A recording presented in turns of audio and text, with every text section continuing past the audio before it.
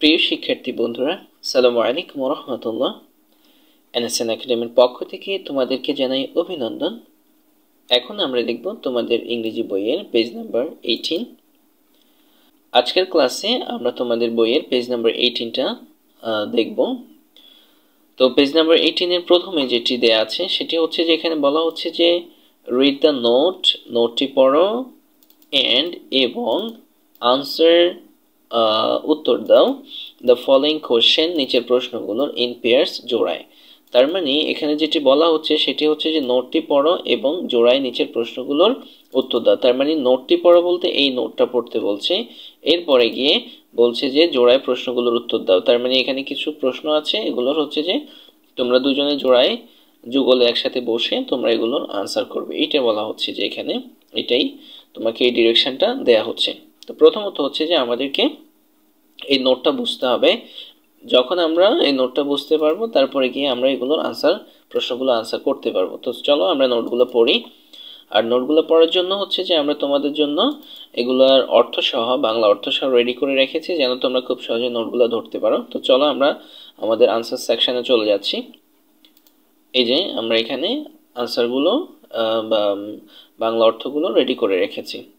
So dear students, তোমাদেরকে বলে রাখি, যদি আমাদের চ্যানেলটি তোমাদের ভালো লাগে, আমাদের ভিডিওসগুলো যদি তোমাদের কোনো উপকারে আসে, অবশ্যই তোমরা একটি লাইক দিয়ে এবং হচ্ছে যে সাবস্ক্রাইব করে আমাদের সঙ্গে থাকতে পারো এবং আমাদেরকে সাপোর্ট করতে পারো।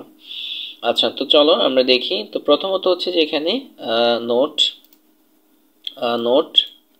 আচ্ছা, তো এই নোটের মধ্যে প্রথম যেটা বলা আছে সেটি হচ্ছে যে a poem is a kind of literary writing, মানে হচ্ছে যে কবিতা এক প্রকার সাহিত্যকর্ম। কবিতাটাও এক প্রকার সাহিত্যকর্ম। ইট হ্যাজ, এটার আছে সাম ক্যারেক্টারিস্টিক্স, মানে কিছু বৈশিষ্ট্য। তার মানে হচ্ছে যে এটার কিছু বৈশিষ্ট্য আছে। টু অফ দেম আর, সেগুলো দুইটি হচ্ছে স্ট্যানজা, একটি হচ্ছে যে স্তবক এবং রাইমিং, আরেকটি হচ্ছে যে ছন্দ। তার মানে এগুলো দুইটা বৈশিষ্ট্য আছে, একটি হচ্ছে যে স্ট্যানজা আর একটি হচ্ছে যে রাইমিং, একটি স্ট্যানজা আর একটা রাইমিং। তো হচ্ছে যে স্ট্যানজাটা কি সেটা আমরা দেখব। স্ট্যানজা হচ্ছে যে স্তবকটা কি সেটা আমরা এখন দেখব। আচ্ছা, তো চলো আমরা দেখি স্ট্যানজা কি। স্ট্যানজা বলছে যে স্ট্যানজা ইজ, স্তবক হচ্ছে আ গ্রুপ অফ লাইন্স, তার মানে হচ্ছে যে কয়েকটি লাইনের সমষ্টি। স্ট্যানজা হচ্ছে আ গ্রুপ অফ লাইন, কয়েকটি লাইনের সমষ্টি ইন আ পোয়েম, কবিতায়। তার মানে হচ্ছে যে স্তবক হচ্ছে, এই যে দেখো, স্তবক হচ্ছে যে একটি কবিতায় কয়েকটি লাইনের সমষ্টি। আচ্ছা, এটা কেমন সেটা আমরা একটু পরে বুঝবো, আগে এটা শেষ করে নিচ্ছি, তারপরে আমরা প্র্যাকটিক্যালি তোমাদেরকে দেখাবো। আচ্ছা, it consist of 2 or more lines, তার মানে এটি 2 বা ততোধিক লাইন নিয়ে গঠিত। অ্যারেঞ্জ টুগেদার, একত্রে সাজানো, অ্যাজ আ ইউনিট, একটি ইউনিট হিসেবে। আচ্ছা, আমি বুঝতে পারছি যে তোমাদের হয়তো মাথায় পরিপূর্ণভাবে ঢুকছে না, তবে ঢুকবে। এই যে একটু পরে আমরা আগে তোমরা এটা বোঝো, অর্থটা বোঝো, এরপরে ক্লিয়ারলি বুঝিয়ে দেব। মোস্ট পোয়েমস, অধিকাংশ কবিতা, আর ডিভাইডেড, বিভক্ত, ইন্টু স্ট্যানজাস, স্তবকে। স্ট্যানজা একটি স্তবক, ইন আ পোয়েম কবিতায়, ইজ লাইক আ প্যারাগ্রাফ, একটি অনুচ্ছেদের মতো, ইন অ্যান এসে একটি রচনার। তার মানে হচ্ছে যে কবিতায় একটি স্তবক রচনার একটি অনুচ্ছেদের মতো। আচ্ছা, আমি বুঝতে পেরেছি যে তোমরা হয়তোবা স্ট্যানজাটা স্তবকটা এখনো ক্লিয়ারলি বোঝোনি। আচ্ছা, এবার হচ্ছে যে প্র্যাকটিক্যাল দেখাইলে তোমরা খুব সহজে এটা বুঝে ফেলবে। চলো আমরা দেখি। এই যে এটি হচ্ছে যে আমাদের লিটল থিংস কবিতা। এই কবিতার মধ্যে দেখো, এই যে একটা অংশ, এই যে একটা অংশ, এরপরে এই আরেকটা অংশ, এই আরেকটা অংশ, এই যে এখানের মধ্যে হচ্ছে যে তোমার কয়েকটি লাইন মিলে, এই যে কয়েকটি লাইনের সমষ্টি, কয়েকটা লাইন মিলে হচ্ছে যে এটাই একটা স্তবক হয়েছে। তাইলে এখানে হচ্ছে যে এই যে একটা স্তবক আছে, আবার হচ্ছে যে এই 4টা লাইন মিলে আরেকটা স্তবক, এই 4টা লাইন মিলে আরেকটা স্তবক। তার মানে তোমার বইতে এটাই বলেছে যে স্তবক হচ্ছে যে কয়েকটি লাইনের সমষ্টি মিলে হচ্ছে যে একটি স্তবক হয়। তো সেখানে সেটাই বলেছে। যে স্তবক হচ্ছে যে একটি কবিতা কয়েকটি লাইনের সমষ্টি, মানে কয়েকটি লাইন মিলে হচ্ছে যে একটি স্তবক হয়। এটি দুই বা ততোধিক লাইন নিয়ে গঠিত। এটি দুই লাইনেরও হতে পারে বা দুইয়ের অধিক লাইনেও মিলে গঠিত হতে পারে, একত্রে সাজানো থাকে এগুলো। অধিকাংশ কবিতা স্তবকে বিভক্ত। কবিতায় একটি স্তবক হচ্ছে যে রচনার একটি অনুচ্ছেদের মতো। আশা করছি তোমরা এবার স্তবকটি ক্লিয়ারলি বুঝতে পেরেছো। আচ্ছা, এবার আমরা দেখব যে রাইমিং। রাইমিংটা কি, ছন্দটা কি?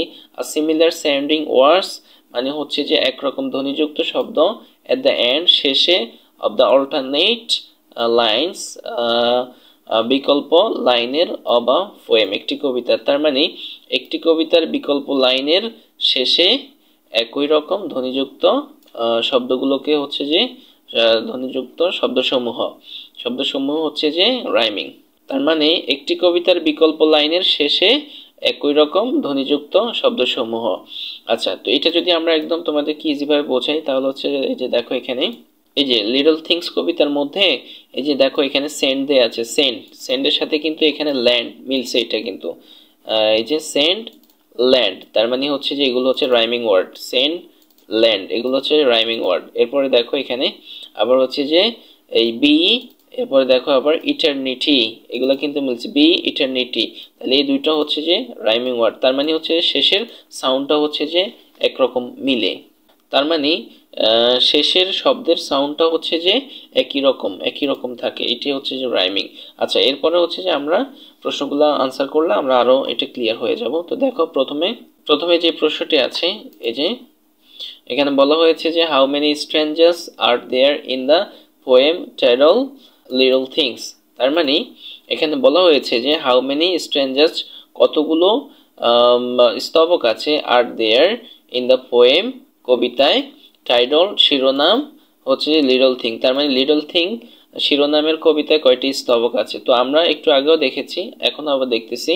এই যে লিটল থিং কবিতায় হচ্ছে যে 3টি স্তবক আছে, এই যে একটি, এই যে আরেকটি, আর হচ্ছে যে এই যে আরেকটি। তার মানে 3টি স্তবক আছে লিটল থিং কবিতায়। তো আমরা এটাই লিখবো যে এইখানে এটাই লিখেছি আমরা যে দেয়ার আর 3 স্ট্যাঞ্জাস, 3টি স্ট্যাঞ্জাস স্তবক আছে ইন দ্য পোয়েম কবিতাটিতে 3টি স্তবক রয়েছে। আচ্ছা, এরপরে হচ্ছে যে আমরা বি নাম্বার প্রশ্নের আনসার করব।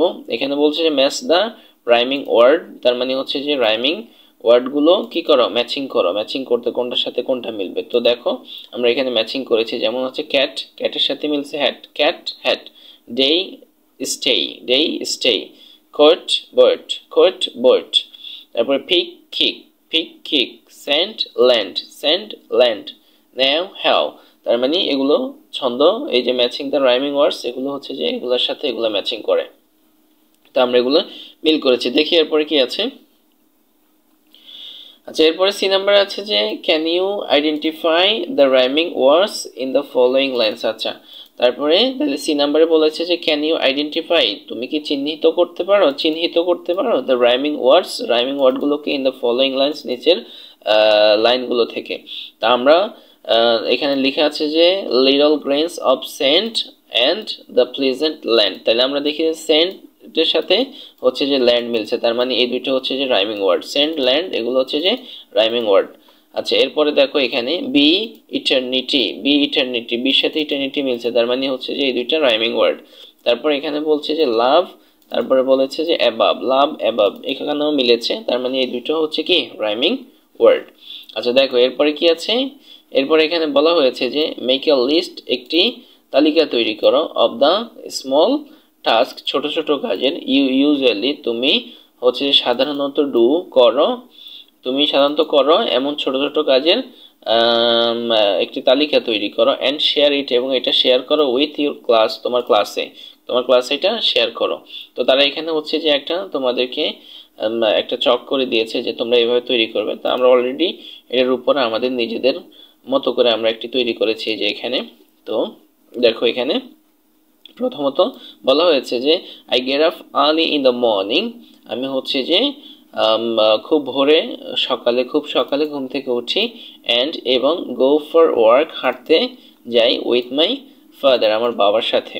আচ্ছা, আই ব্রাশ মাই টিথ, আমি আমার দাঁত মাজি, টুয়াইস আ ডে মানে হচ্ছে দিনে 2 বার। আই কিপ, আমি রাখি, মাই রিডিং টেবল, আমার পড়ার টেবিলটা নিট অ্যান্ড ক্লিন, পরিষ্কার পরিচ্ছন্ন। এরপরে বলা হচ্ছে যে আই ওয়াশ, আমি পরিষ্কার করি, মাই ওন ক্লথস, আমার নিজের জামা কাপড়। আই হেল্প, আমি সাহায্য করি, মাই মাদার, আমার মাকে, in her house hold chores, তার হচ্ছে গৃহস্থালী কাজকর্মে। আচ্ছা, এরপরে বলা হচ্ছে যে আই ফিড আওয়ার চিকেনস, আমি আমাদের মুরগির বাচ্চাগুলোকে খাবার দিই। সামটাইমস, মাঝে মাঝে। আই ওয়ার্ক, আমি কাজ করি। ইন আওয়ার ভেজিটেবল গার্ডেন, আমাদের হচ্ছে যে সবজি বাগানে। উইথ মাই ফাদার, আমার বাবার সাথে। আচ্ছা, তাহলে হচ্ছে যে খুব সুন্দরই তোমরা বুঝতে পেরেছো যে আসলে কিভাবে তুমি তোমার হচ্ছে যে স্মল টাস্ক মানে প্রতিদিন করো এমন একটা কাজের তালিকা তুমি কিভাবে তৈরি করবে। এভাবে তুমি একটা তালিকা তৈরি করতে পারো যে তুমি প্রতিদিন কি কি কাজ করো। আচ্ছা চলো এরপরে কি আছে।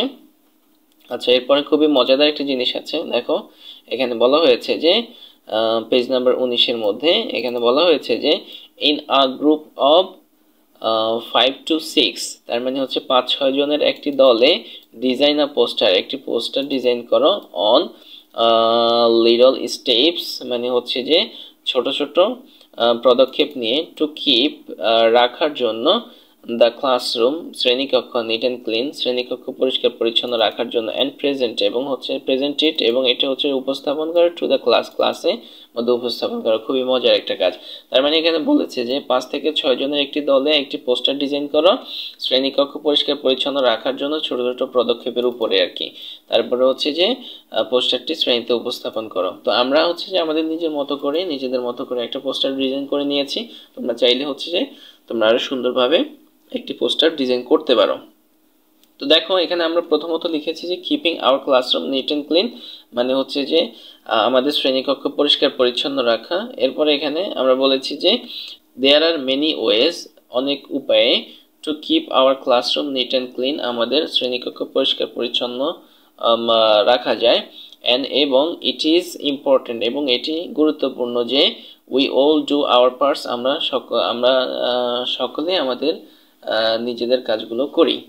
আচ্ছা, তো প্রথমে আমরা এখানে যে প্রথম পয়েন্টে যেটা দিয়েছি সেটি আমরা এখানে লিখেছি যে keep your table neat and clean, তার মানে হচ্ছে যে তোমার টেবিল পরিষ্কার পরিচ্ছন্ন রাখো। এরপরে আমরা যেটি বলেছি put items that need to B cleaned in the right place, তার মানে পরিষ্কার করার মতো জিনিসপত্র সঠিক স্থানে রাখো, পরিষ্কার করার মতো জিনিসপত্র সঠিক স্থানে রাখো। এরপর হচ্ছে blow your nose with a tissue paper and put it in the bin, তার মানে হচ্ছে যে টিস্যু পেপার দিয়ে নাক পরিষ্কার করো এবং হচ্ছে যে আবর্জনার পাত্রে রাখো। এরপরে হচ্ছে যে pick up anything that falls on the floor, তার মানে হচ্ছে যে মেঝেতে পড়া যে কোনো জিনিস তুলে নাও, এটা বলা হচ্ছে। তো আমরা আমাদের নিজেদের মতো করে একটি পোস্টার ডিজাইন করেছি, তোমরা চাইলে তোমাদের মতো করে আরো সুন্দরভাবে আরেকটু স্ট্যান্ডার্ড আরেকটা পোস্টার ডিজাইন করতে পারো। পেজ নাম্বার 19-এর মধ্যে শেষের অংশে দেয়া যে নিউ ওয়ার্ডসগুলো, এগুলোর হচ্ছে যে মিনিংগুলো দেখব আমরা, এবং হচ্ছে যে প্রোনাউন্সিয়েশনগুলো দেখব। তো আমরা দেখি যে এখানে প্রথমত ওয়ার্ডস হচ্ছে যে একটা, তারপর হচ্ছে যে দুইটা, তিনটা, চারটা, পাঁচটা, ছয়টা, সাতটা, আটটা, নয়টা ওয়ার্ডস দেয়া আছে এখানে। তো আমরা যদি এগুলোর অর্থগুলো এবং হচ্ছে যে প্রোনাউন্সিয়েশনগুলো দেখি, এগুলো হচ্ছে যে আমরা তোমাদের জন্য খুব সহজেই এগুলো খুব সহজেই তোমাদের জন্য আমাদের আনসার সেকশনের মধ্যে রেডি করে রেখেছি। পাশাপাশি আমরা হচ্ছে যে প্রোনাউন্সিয়েশনগুলো রেখেছি তোমাদের জন্য। আসলে আমাদের ক্লাসের একটা বিশেষত্ব হচ্ছে কি, তোমরা হচ্ছে যে আমরা প্রত্যেকটা জিনিসের মধ্যেই তোমাদের হচ্ছে প্রথমত প্রত্যেকটা ইংরেজির সাথে আমরা অর্থটা রাখার চেষ্টা করেছি প্রথমত। আর সেকেন্ড যেটা বিশেষত্ব সেটা হচ্ছে যে আমরা যখন ওয়ার্ডগুলো আমরা তোমাদেরকে শেখাই তখন আমরা ওয়ার্ডগুলো সঠিক প্রোনাউন্সিয়েশনটা একদম হচ্ছে নেটিভ স্পিকাররা কোন উচ্চারণে কথা বলে, কোন উচ্চারণটা ব্যবহার করে, সেই উচ্চারণটা আমরা সর্বোচ্চ তোমাদেরকে শেখানোর চেষ্টা করে থাকি। তো প্রথমত হচ্ছে যে এখানে প্রথম যে শব্দটি দেয়া আছে সেটি হচ্ছে যে এখানে হচ্ছে যে মাইডি দেয়া আছে। মাইডি অর্থ হচ্ছে যে শক্তিশালী, বিশাল। মাইডি অর্থ শক্তিশালী, বিশাল। তারপরে যে ওয়ার্ডটা দেয়া আছে সেটি হচ্ছে যে ওশান হচ্ছে যে মহাসমুদ্র, ওশান হচ্ছে যে সমুদ্র, ওশান, ঠিক আছে, ওশান। তারপরে হচ্ছে যে আমাদের 3 নম্বর যে ওয়ার্ডটা দেয়া আছে সেটি হচ্ছে যে হাম্বল হচ্ছে যে ভদ্র, হাম্বল অর্থ হচ্ছে ভদ্র, হাম্বল অর্থ ভদ্র। তারপরে হচ্ছে যে 4 নম্বরে আমাদের যে ওয়ার্ডটি দেওয়া আছে এটি হচ্ছে যে অ্যাটর্নেরি। অ্যাটর্নেরি, তুমি যদি এটিকে সঠিক প্রনাউন্সিয়েশনে পড়তে চাও তাহলে তুমি এটাকে পড়তে পারো যে অ্যাটর্নেরি। অ্যাটর্নেরি পড়তে পারো। অ্যাটর্নেরি অর্থ হচ্ছে অনন্তকাল, অনন্তকাল। তারপরে 5 নম্বরে আমাদের যে ওয়ার্ডটি আছে সেটি হচ্ছে যে ডিডস। তারপর ডিডস অর্থ হচ্ছে যে কাজ, ডিডস অর্থ হচ্ছে যে কাজ, ডিডস, ডিডস অর্থ কাজ। তারপরে হচ্ছে যে 6 নম্বরে আমাদের যেই শব্দটি আছে সেটি হচ্ছে যে ইডেন। ইডেন, ইডেন শব্দের অর্থ হচ্ছে যে স্বর্গ, ইডেন শব্দের অর্থ হচ্ছে যে বেহেশত। তারপরে 7 নম্বরে আমাদের যেই শব্দটি আছে সেটি হচ্ছে যে হ্যাভেন। হ্যাভেন, হ্যাভেন অর্থ কিন্তু স্বর্গ, হ্যাভেন অর্থ কিন্তু বেহেশত। হ্যাভেন, হ্যাভেন, এই ইডেন এবং হচ্ছে যে হ্যাভেন এগুলো হচ্ছে যে পরস্পর একটা আরেকটার সিনোনিম, এগুলো একটা আরেকটা সমর্থক শব্দ। আচ্ছা, এরপরে আমাদের 8 নম্বরে যেই শব্দটা আছে সেটি হচ্ছে যে অ্যাবাব। অ্যাবাব অর্থ হচ্ছে যে উপরে, অ্যাবাব এটার উচ্চারণ হচ্ছে যে অ্যাবাব। তারপরে 9 নম্বরে আমাদের যে ওয়ার্ডটি আছে এটি হচ্ছে যে অল্টারনেট। অল্টারনেট, অল্টারনেট অর্থ বিকল্প, অল্টারনেট, অল্টারনেট। তো এই ছিল আমাদের আজকের ক্লাস, তোমাদের পেজ নাম্বার 19-এর শব্দসমূহ। তো আশা করছি তোমরা মোটামুটি এগুলা বুঝতে পেরেছো। তোমরা যদি চাও তাহলে তোমরা তোমাদের নোটবুকের মধ্যে এগুলো খুব সহজে উচ্চারণ এবং অর্থগুলো তুলে নিতে পারো। তো ভালো থাকবে, সুস্থ থাকবে। আজকের ক্লাস এই পর্যন্তই। অসংখ্য ধন্যবাদ তোমাদেরকে আমাদের ক্লাসটিতে জয়েন করার জন্য। আসসালামু আলাইকুম ওয়া রাহমাতুল্লাহ।